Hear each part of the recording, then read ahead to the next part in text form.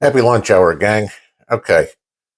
I don't know about you, but I swear there had to be something in the arm ticket that completely rotted people's brains because the stupidity just gets more and more ridiculous. I, every day I open up a story somewhere and hear something, and I'm like, what kind of moron came up with this one? And this one directly affects us. Okay. I mean, it's a life or death thing. Okay. Y'all remember last year when John Kerry, our climate czar, okay, came out and said that farmers need to stop growing food so we can meet our net zero goals, right? Okay. Insane.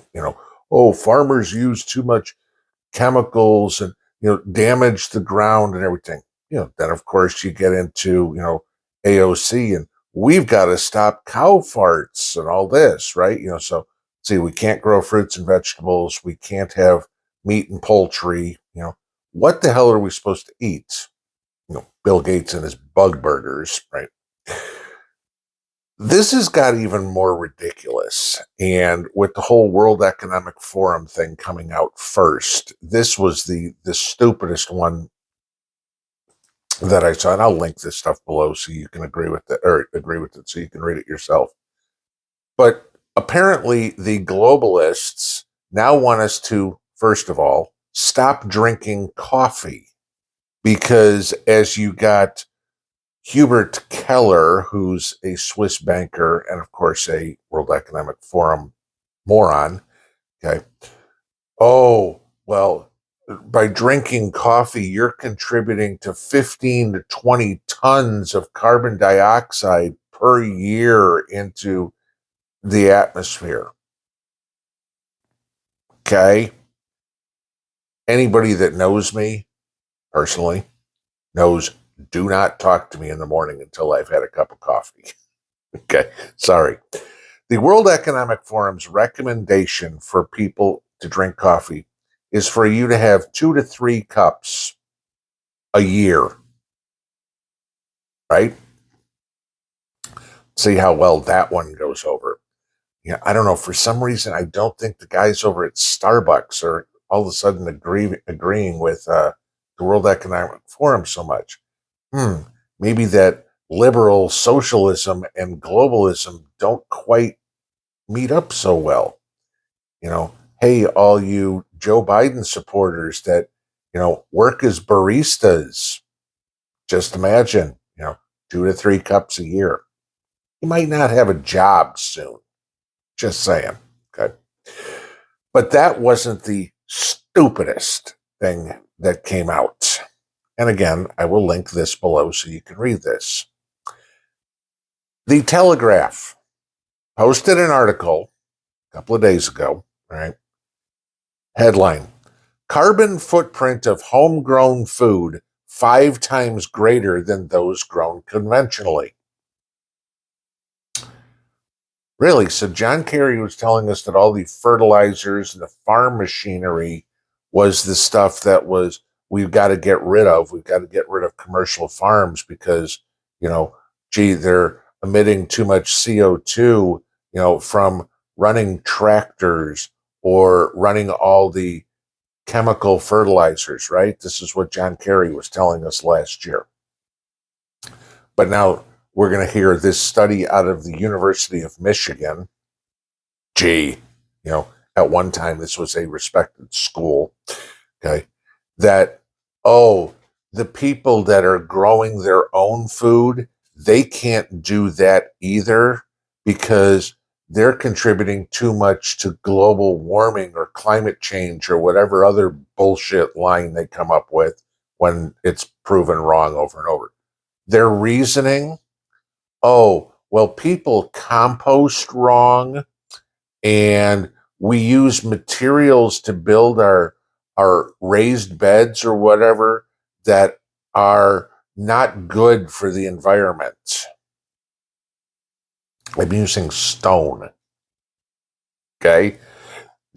Not a whole lot of CO2. Stone's not going to be decomposing anywhere in the next, I don't know, million years. Okay. Not a problem there. Okay. But so now we are told by pick whomever here that we can't get food from the store at commercially grown from commercially grown farms because that's bad for the environment. We can't have ranchers raising livestock of any sort because that's bad for the environment. And we can't raise our own food because that's bad for the environment. What would be great for the environment? I don't know if the human race didn't exist, because that sure to hell seems to be their ultimate goal. Now, we can go back to the Georgia Guidestones and all that sort of stuff about, well, you know what, we just need to have, was it 500,000 or 500 million people or however many they wanted to get it down to, around the world.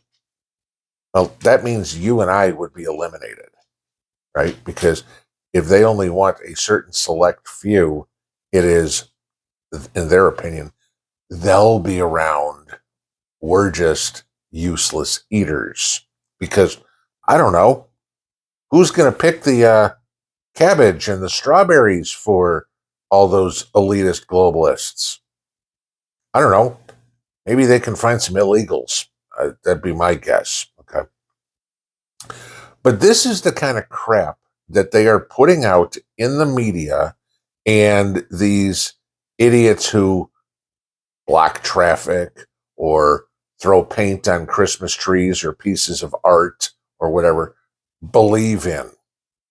And they're going to go, you're damaging the environment by growing your tomatoes.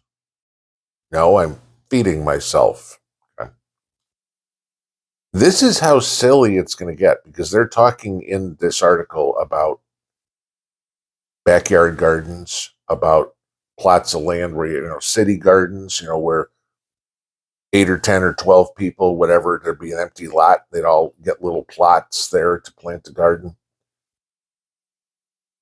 It's got to the point where you might need to start protecting your garden now, because the media and the elitists and the globalists and the World Economic Forum and inevitably liberals are now going to start going after your food. Remember a year or so ago when there was the thing about registering your gardens, that you needed to tell the government that you planted food, and that kind of fell pretty much like a lead balloon? Yeah. Okay. So now they're going to use the power of misinformation, which that's all they have, to tell you that you're not growing, or you're doing damage to the climate by growing your own food. I'm not using tractors to do mine. I'm not using, well, I can't say none, but I'm using very, very, very, very little chemical products in my food. I mean, the fertilizers I use, are waste product from food. And then I try to buy organic fertilizers because I don't want the chemicals in my food. But I'm doing damage to the climate with my garden.